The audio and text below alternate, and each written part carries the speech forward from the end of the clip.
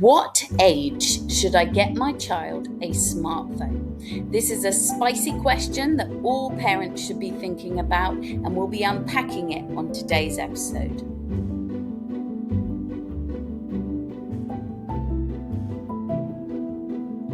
Hello and welcome to Finding Flow Parenting, the podcast where we help you to find more flow, ease and joy in family life. With me, your host, Emily Hughes, conscious parenting coach and mum of two.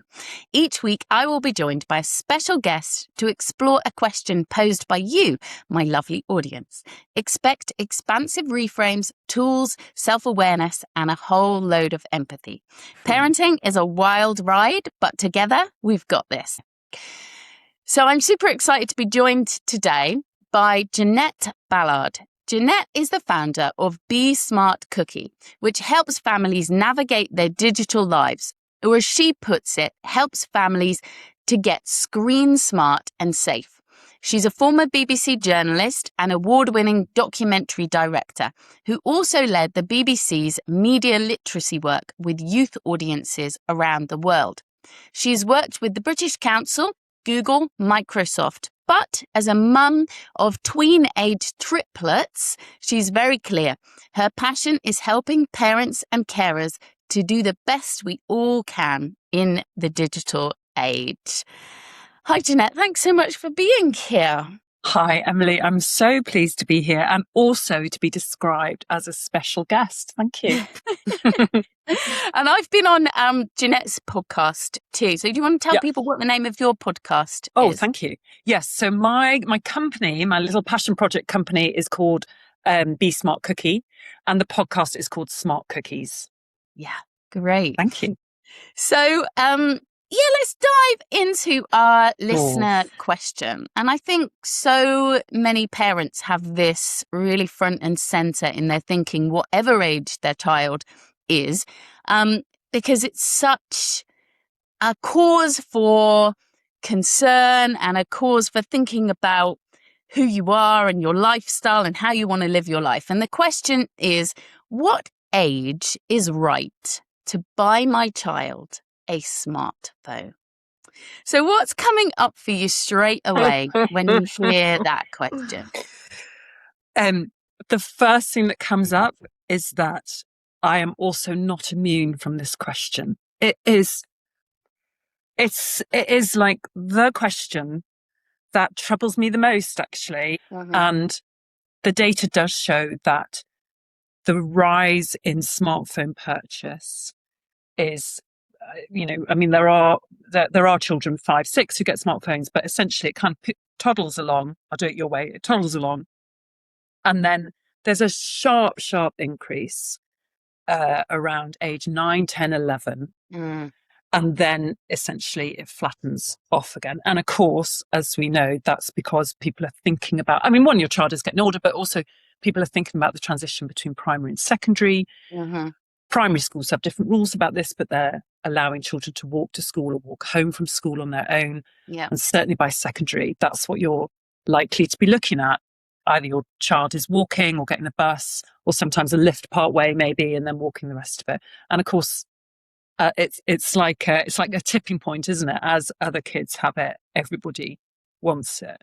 Mm. So it is a question that I think up until those early teen years, it's quite dominant in parents' minds.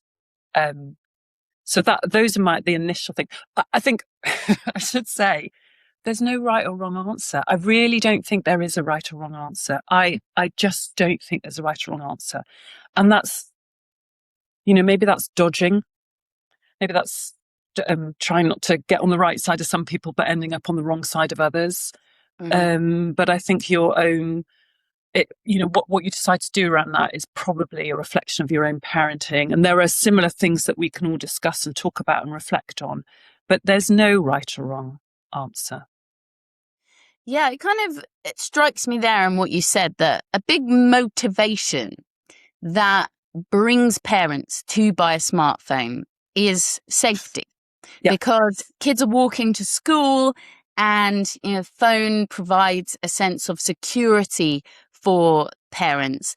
But then I wonder whether this idea of it is safe in a certain way, but then maybe perhaps unsafe in another way, just because sort of developmentally, like a 9, 10, 11-year-old.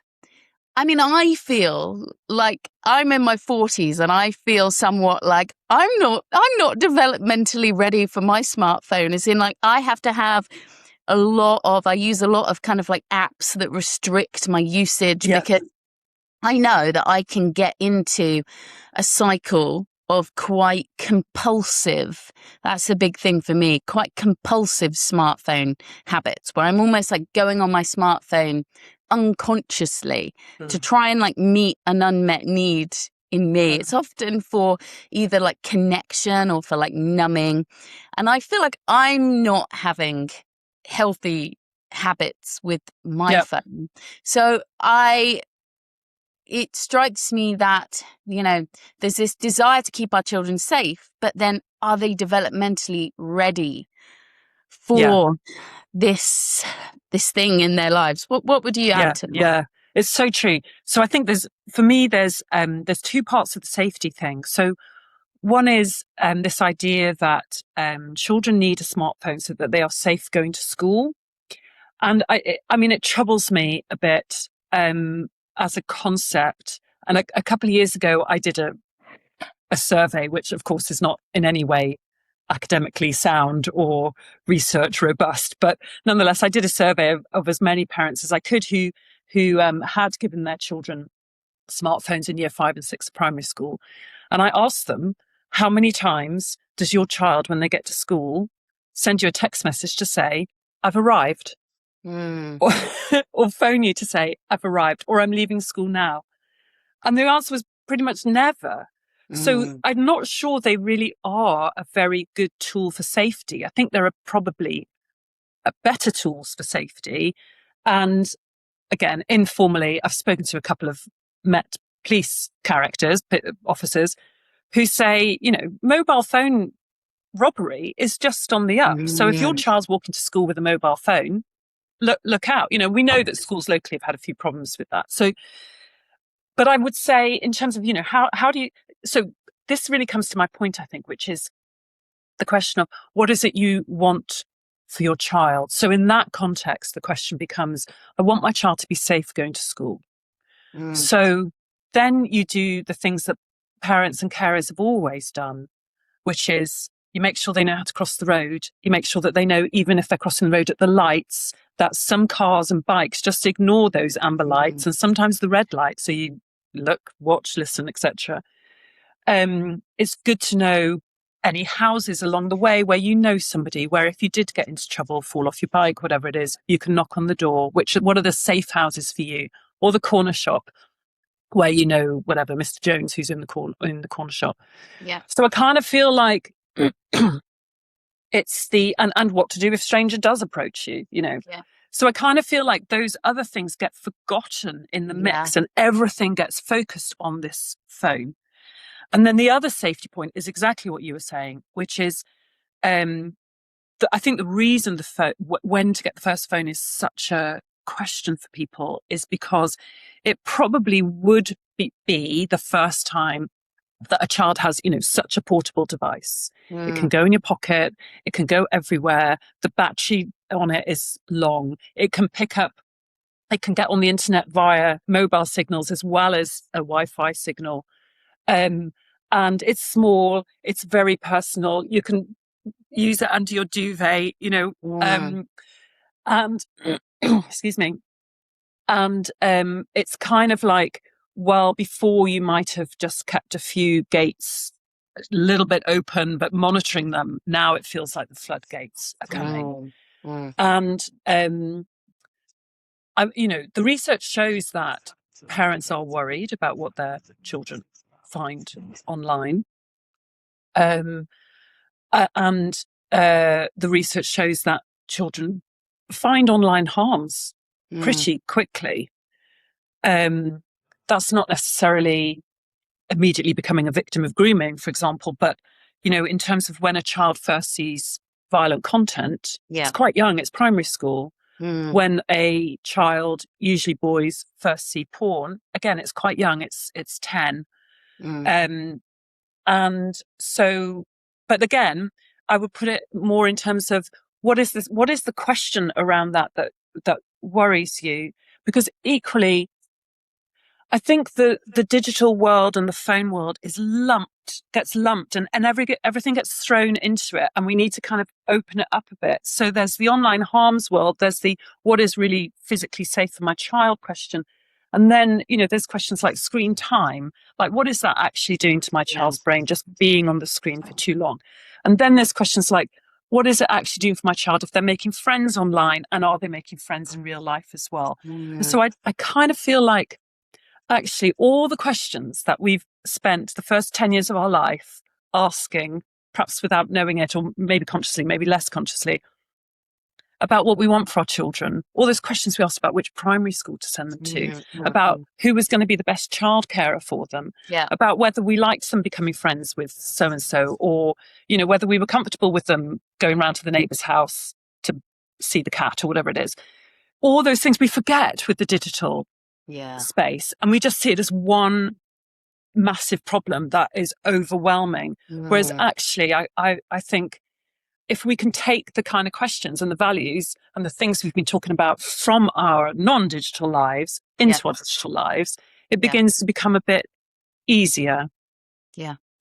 And a big thing that I do with my clients is really root into their values. And I think that's, you mentioned the word values there. I think that this is a really, whatever you choose to do around your screen and digital world, if it's not in alignment with your values, it's going to feel icky and sticky and spicy and triggering.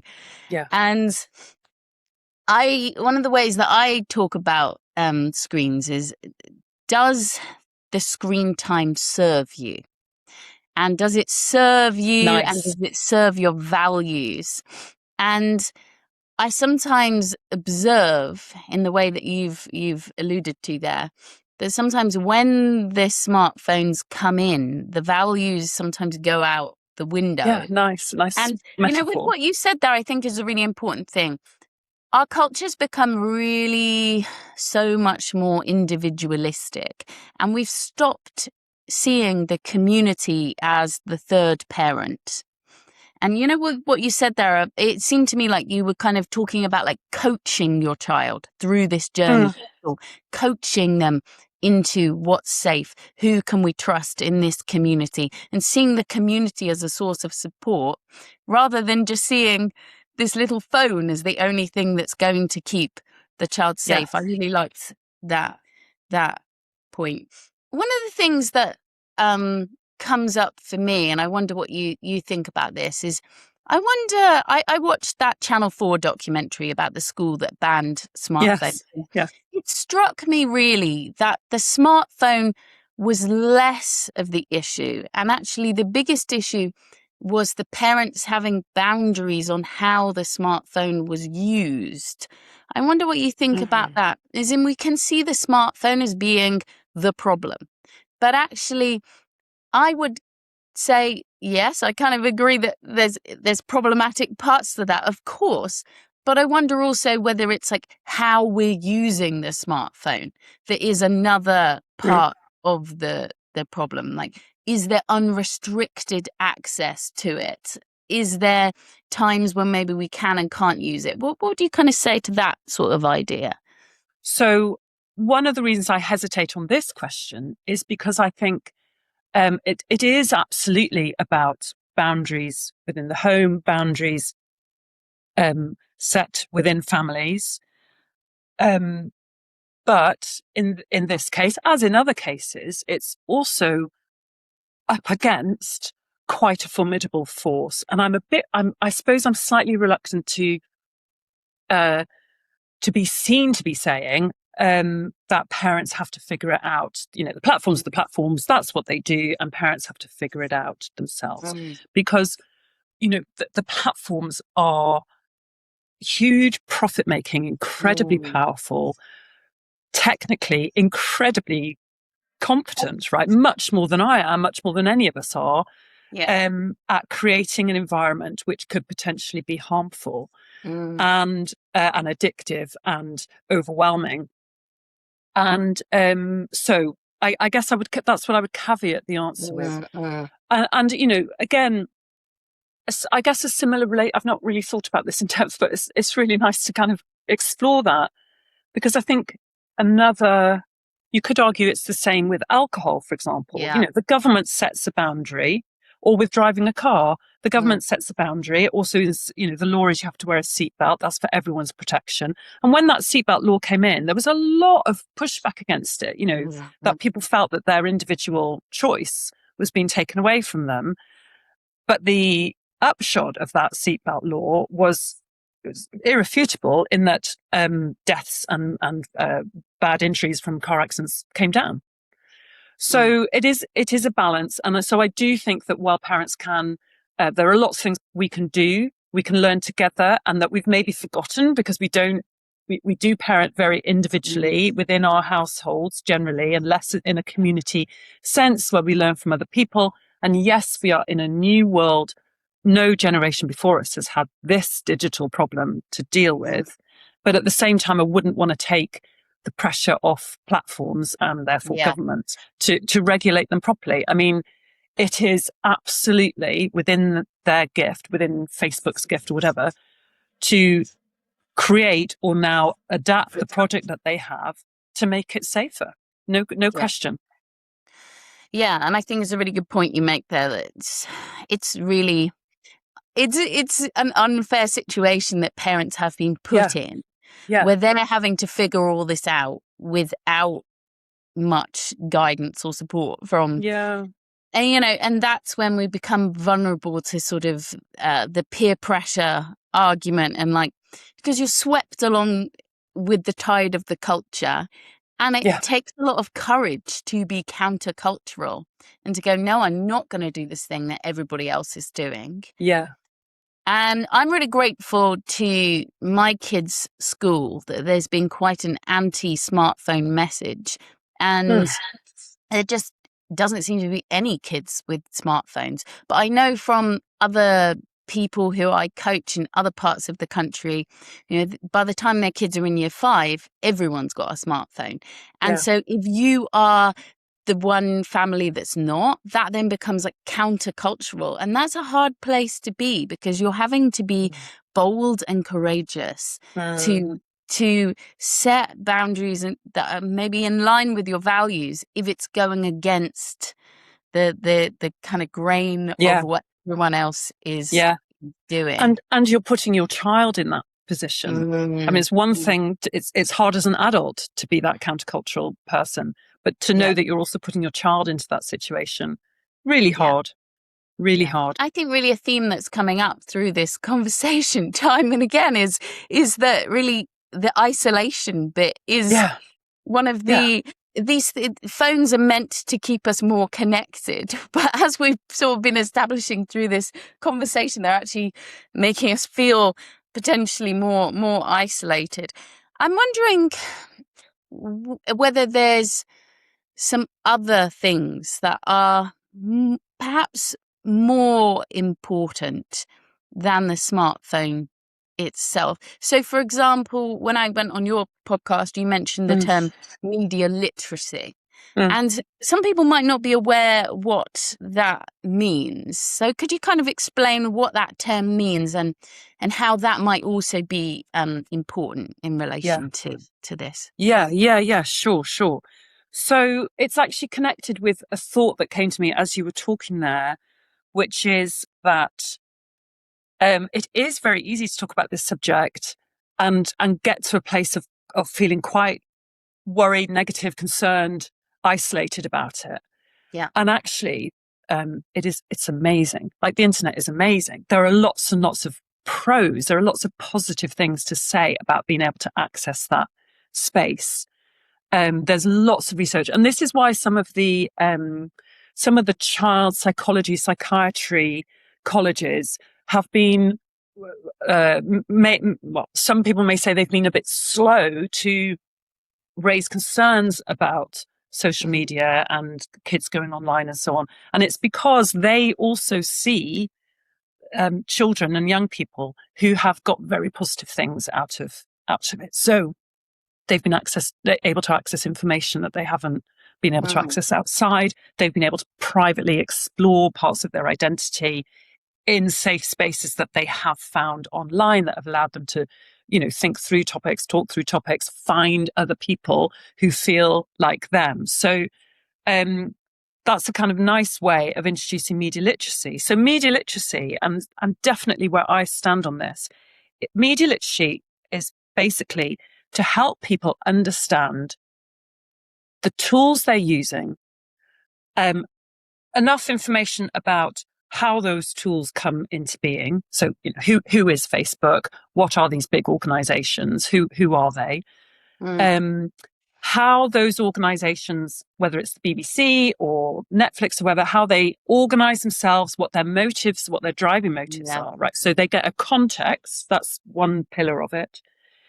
And then the next context is, how can you access it? So the physical ability to be able to access it. Do you have access to a computer? Do you know how to use it? And so on, which is, it sounds crazy, but it's still an issue for a lot of people in this country, elderly in particular, but also for people who don't in their home, they may not have that much access to the internet because there's only one computer, or there's only two parents with phones and they don't have tablets and so on. So that's the next pillar of it.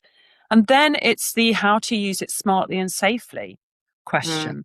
And that is about how to talk about and how to think about what is it you want to know, where can you find that information, what sources are safe, what sources are not safe, what are some of the other issues around it, like endless scrolling. Why is there endless scrolling? What is going on in my brain when I'm doing that? Rabbit holes you can go down, and a whole sort of range of different issues that would keep you smarter and safer if you understood what they are and understood how you can navigate your way through them and get to the good stuff, really. Get to the good stuff. Yeah. And so I think what you said there about like motives, context, smartly, safely. These are, so it's not just about the smartphone itself, but there's a whole load of extra skills needed. And it kind of strikes me that some of these skills and some of the just for parents, I think it's kind of useful to consider for your child, because you as a parent know your child best. Is the child developmentally capable of developing these skills that are going to keep them safe? That's kind of my point of view. You might have a I totally agree, and that is tricky in the digital context, because all the things we were talking about before, all the how to speak to your neighbor, how to deal with a stranger, you've actually been modeling that, right? Because it's happening in real time. But you haven't been modeling your digital behavior. And in fact, I'm not sure I'd want my children to see a lot of my digital behavior, right? Because I scroll endlessly too. But they don't see enough of it. So one of the key things that I think media literacy teaches in the personal context of it, if you like, rather than the conceptual educational stuff, is, and was certainly one of the things I hold really strong, is two things. So one is, don't let your kids do any of this behind a closed bedroom door. Because at the moment, when they're 8, you can probably walk into that room. When they're 10, you can probably walk into that room. But at 12, they're going to be like, get out. This is my room. And so before you know it, they're they were doing it in private before, but they're now even more entrenched in privacy. And you're not seeing what they're doing, and they have no opportunity to share it with you. So imagine they come across something that is harmful, but the last 2-3 years, they've never told you anything about what they're doing online. They won't have the tools to tell you about the harmful thing. And the other thing is that, model that yourself. So use your phone, use your computer in the public family spaces, frustrating though that might be, and also talk about what you're doing. So, I'm a terrible one for just picking up the phone and getting on WhatsApp to make plans. right? And my kids, I don't know what they think, but it's actually quite rude. If somebody did it to me, it's quite rude, right? Yeah. So I now say, look, I'm just jumping on my phone because I know you want a play date with so-and-so, and I'm in contact with their mum. Yeah. Just more explanation about what you're doing. Such a good point, like modeling, because we do that in so many other aspects of our life. Yeah. And it makes sense to, and also I think some of that, when you do start looking at it through that lens of I'm modeling to them, it can actually add a bit of social accountability to our own screen time use. Which, I really like the idea of. So I'm going to kind of sum up some of the things that we've said. We've sort of spoken about, really the need for like coaching our child through a lot of this, and, setting boundaries that align with your values, that kind of serve the family, thinking about like media literacy. And I liked how you said like gentle, respectful values. That was a nice phrase.